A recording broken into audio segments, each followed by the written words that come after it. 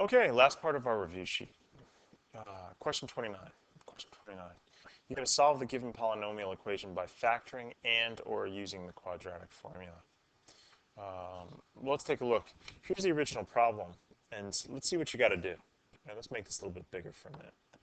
All right, there's the original problem. The first thing you have to do is set it equal to 0. The next thing you do after that is you factor. Look, they all have x in common. Their greatest common factor is x.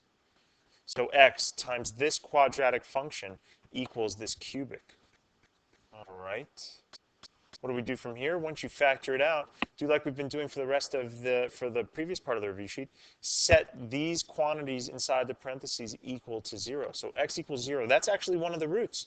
Don't just discard that. Circle it up. That's definitely one of the answers.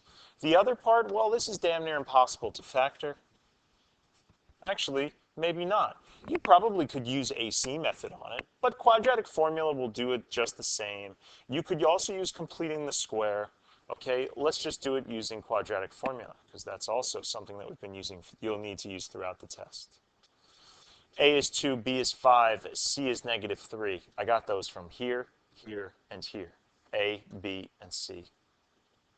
Quadratic formula is x equals -b plus or minus the square root of b squared minus 4ac all over 2a.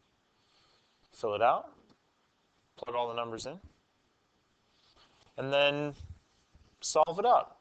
And so you get this, right? After you get done like reducing all of these things down. Now what do you do with this? This plus or minus. So square root of 49 is 7.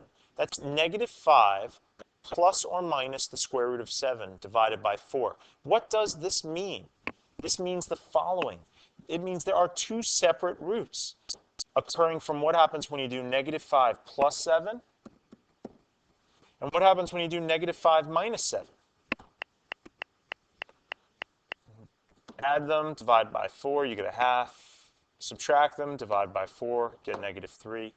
And these are your three answers. -3, a half, and 0.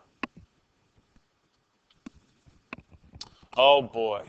Question 30, completing the square. Old school, bringing it back old school style. How do you complete the square? It was asked today numerous times. Well, step 1, you got to isolate the x. That means add 5 to both sides. Step 2, once you isolate x, you're going to have to add b divided by 2 squared to each side. I've done that in red. b, -6, divided by 2 squared added to this side and added to that side. Make sure if you're going to use your calculator, you put parentheses on that. Right, -6 divided by 2 is 3, and 3 squared is 9. That's where I got that. And 9 plus 5 is 14. That's where I got that. Step 3, you got to factor. Okay, this is now a perfect square, and that's where the name completing the square comes from. Okay, it means when you get to this point, it should be able to be factored into something that looks like that. That's x minus 3 squared equals 14. Step 4, take the square root of both sides because you're trying to get x by itself. So square root of both sides. Remember, when you take the square root of both sides in this particular cases, it means you got to do plus or minus radical 14.